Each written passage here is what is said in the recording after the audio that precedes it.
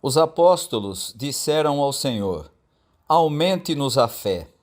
Ao que o Senhor respondeu: Se vocês tivessem fé como um grão de mostarda, diriam a esta amoreira: Arranque-se e transplante-se no mar, e ela obedeceria.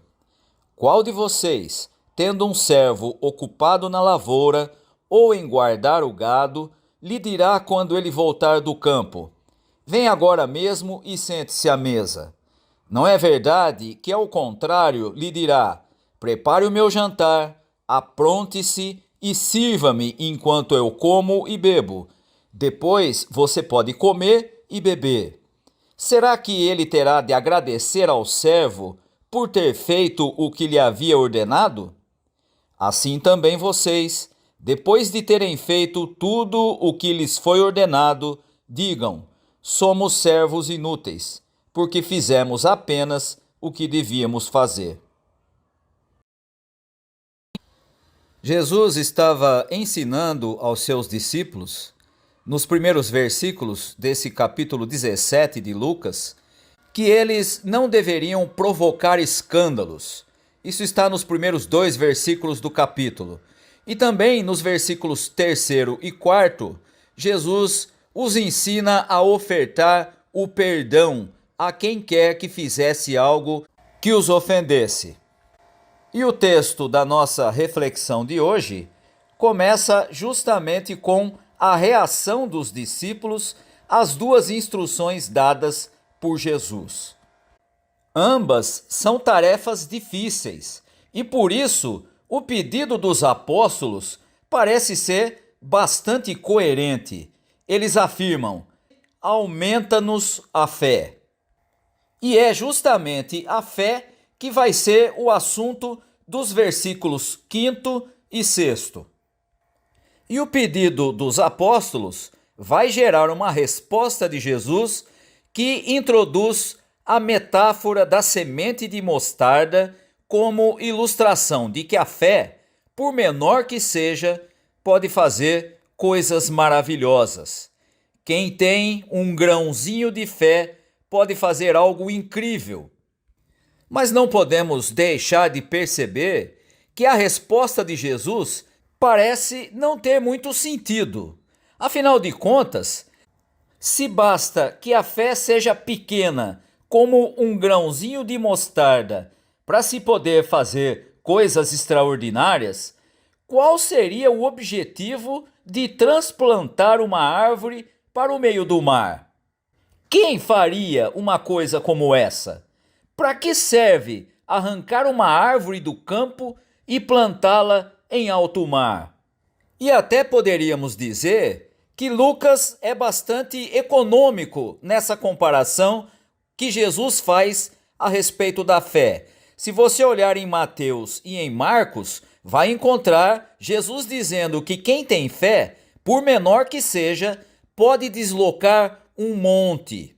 Pode dizer a uma montanha: saia de um lugar e se transporte para outro lugar, e ela obedeceria. E a pergunta teria de ser a mesma: qual o objetivo disso? Para que tirar uma montanha de um lugar para transferir para outro? Portanto, seja em Mateus e Marcos, ou seja aqui no texto de Lucas, o que se tem em vista aqui é a diferença entre algo pequeno e algo muito grande. A semente de mostarda, uma das menores, em relação a um sicômoro, a uma amoreira, que é uma árvore que tem mais de 20 metros depois de totalmente crescida. Ou no caso de Mateus e de Marcos, a diferença entre essa pequena semente e uma montanha. Tudo isso para demonstrar que a fé é a força mais poderosa do universo, perdendo talvez somente para o amor. E é claro, todos querem esse poder, mas querem esse poder para quê? É bem provável que, se tivéssemos acesso a esse poder, usaríamos para coisas tolas, como arrancar e afogar árvores. Hoje em dia, tem quem a use para derrubar pessoas no auditório, para fazê-las urrar como um leão, para dar-lhes dentes dourados, para fazê-las tagarelar palavras que não têm nenhum sentido, às vezes até mesmo para levá-las a êxtase e a terem ataques de histeria. Provavelmente seria essa a nossa reação se tivéssemos acesso a esse tipo de poder. E Jesus então deixa claro que a fé, mesmo sendo pequena, mesmo sendo como um grão de mostarda, pode fazer coisas maravilhosas. Mas ainda assim, não podemos deixar de perceber que a reação do homem em relação a esse poder muitas vezes está fora de sintonia com os objetivos de Deus. Talvez por esta razão, Deus seja bastante econômico ou talvez bastante cauteloso na distribuição desse dom. A partir dos versículos 7 até o versículo 10, encontramos o segundo tema que está presente no nosso texto de hoje. Se o primeiro tema foi a fé, agora o segundo tema é a obediência. Logo de início, é preciso perceber que os versos 7 até 10 são exclusivos do Evangelho de Lucas. O texto trata da relação entre escravo e senhor, da lógica existente entre servir e ser servido. E aqui cabe uma explicação importante. Mesmo a escravidão sendo chocante para nós nos dias de hoje, o exemplo encontrado nesse texto demonstra que as pessoas cristãs são servas de Deus e que o serviço a Deus precisa ser realizado com humildade e não deve ser exercido como forma de acumular méritos. A escravidão fazia parte daquela sociedade e a explicação de Jesus nesse texto era facilmente entendida, ou seja, a mensagem tinha uma compreensão muito simples porque essa era a realidade daquela sociedade, tendo em vista a organização do convívio social que era comum nesse tempo. E antes que nós acusemos a explicação de Jesus dizendo que ele não combateu a escravidão, algo que era comum naquela sociedade, nós precisamos perceber que também nos nossos dias as igrejas, as comunidades de fé também se calam diante da realidade de injustiça da sociedade em que vivemos, da realidade de pessoas tendo que morar na rua, da realidade da quantidade imensa de pessoas desempregadas por um sistema econômico que simplesmente foca no lucro, foca na acumulação. Quando olhamos para esse texto e vemos nele uma atitude de Jesus não criticando a escravidão, precisamos perceber que nós também, como comunidades de fé, estamos calados diante de realidades tão impróprias e tão injustas como era a escravidão na época de Jesus. Mas como dissemos, mesmo a escravidão sendo chocante, o exemplo que encontramos nesse texto aponta para a necessidade da humildade daqueles que são seguidores de Jesus e que precisam perceber que a sua atitude diante das suas atividades, daquilo que ele tem que fazer dentro do reino de Deus, jamais deve ser motivada como forma de acumular méritos.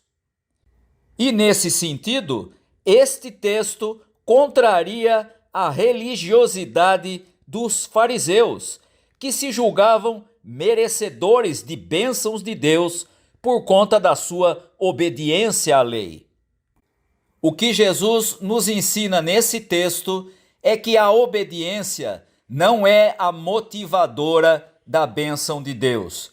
Pelo contrário, é Deus que age por sua graça e que dá aquilo que nós precisamos, independente do nosso mérito, da nossa obediência. Por isso, o texto vai apontar para a obediência como sendo uma resposta à graça de Deus.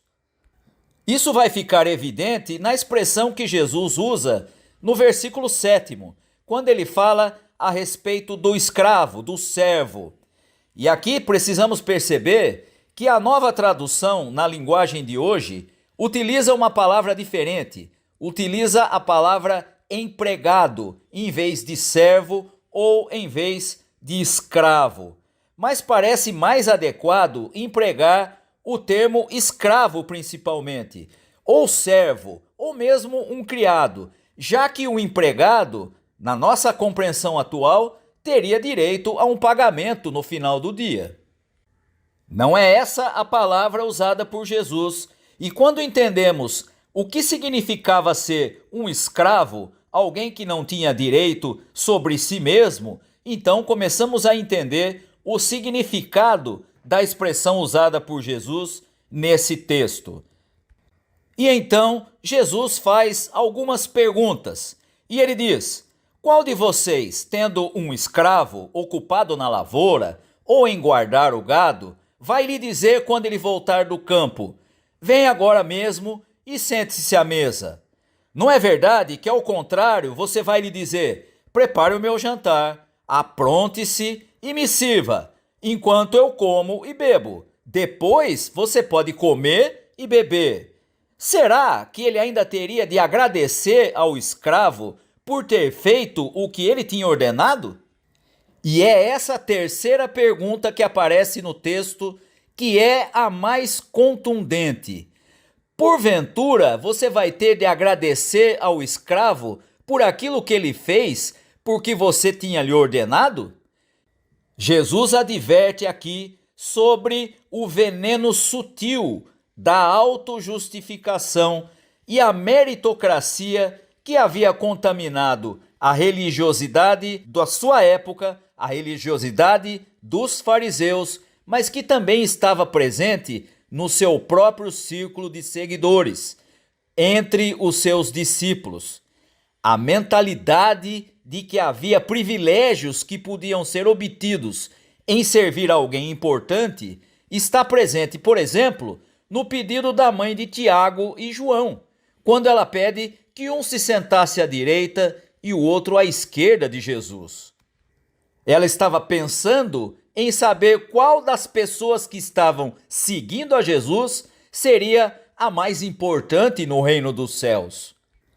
E é justamente contra essa mentalidade que Jesus demonstra como deve ser a atitude do seu seguidor.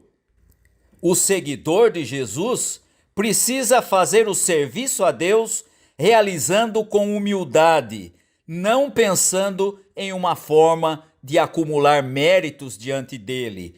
O seguidor de Jesus deve agir em resposta à graça que vem de Deus e não fazer algo pensando naquilo que ele pode receber em troca.